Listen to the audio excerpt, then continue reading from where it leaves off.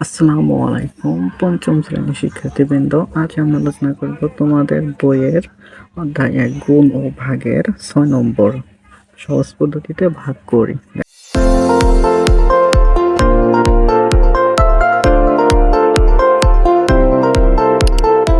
দেখো আমরা এখানে কিভাবে ভাগ করতে পারি। প্রথম উঠিয়ে নিচ্ছি ৭, ৬, ৫, ৮ ভাগ ১০০।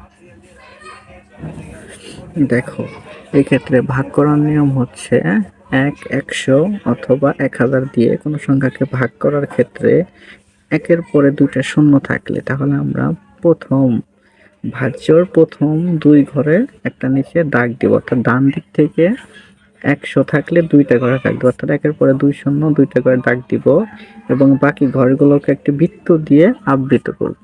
এরপরে দেখো বৃত্তের মধ্যে যা থাকবে সেটাই হচ্ছে আমাদের ভাগফল এবং দাগের উপরে যা থাকবে সেটা হচ্ছে আমাদের ভাগশেষ। তাহলে এখানে ভাগফল কত? ৬৭৪ এবং ভাগশেষ কত? দেখো ৫৮। এরকম বাকিগুলো একই রকম। দেখো তারপরে আমাদের রয়েছে ২ নম্বর। প্রথমে লিখে নেই ৫০০ ভাগ ১০। এক্ষেত্রেও একই রকম। দেখো তাহলে ১০ তার মানে একটা শূন্য, এক ঘরের নিচে দাগ এবং বাকি ঘরকে আমরা একটা বৃত্ত দিয়ে আবৃত করব। তাহলে বৃত্ত দিয়ে আবৃত করলাম, তাহলে ভাগফল কত? ৮, ২, ৫, ০ এবং ভাগশেষ ০। এটা দিলেও চলবে, না দিলেও চলবে। তোমরা সব লিখে দেবে যে ভাগফল এত। এখানে যে ভাগফল কত আসলো, ভাগফল দেখো ওই যে ৮, ২, ৫০। তারপরে ৩ নম্বর। দেখো ৩ নম্বরের সংখ্যাটা আমরা উঠিয়ে নেই ৯০, ৮, ৬, ৫ ভাগ ১০০। তাহলে এইখানে দেখো একের পর দুইটা শূন্য দুইটা করে থাক এবং বাকিগুলো বৃত্ত দিয়ে আবৃত করব। এখন আমাদের ভাগফল কত আসলো? ৯০৮ এবং ভাগশেষ ৬৫। এই লাইনগুলো তোমরা এখানে লিখে দিতে পারো যে ভাগফল কত আসলো?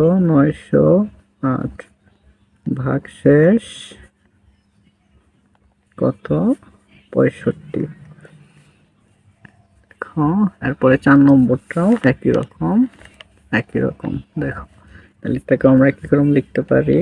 ৮, ৫, ২০০ ভাগ ১০০। কত হবে? দুইটা ঘরের নিচে দাগ এবং বাকিগুলো বৃত্ত। তাহলে আমরা কি শিখছি যে বৃত্তর মধ্যে যে থাকে সেটাই হচ্ছে ভাগফল। তাহলে ভাগফল কত? ৮, ৫, ২ এবং ভাগশেষ ০। এটা দেওয়া হবে, না দিলেও হবে। অর্থাৎ ভাগফল কত আসলো আমাদের? ৮৫২। এটাই হচ্ছে উত্তর। তোমরা এইভাবেই করতে পারো। ইতিপূর্বে আমাদের বাকিগুলো সমাধান করা হয়েছে, তোমরা দেখে নেবে। ধন্যবাদ। আসসালামু আলাইকুম।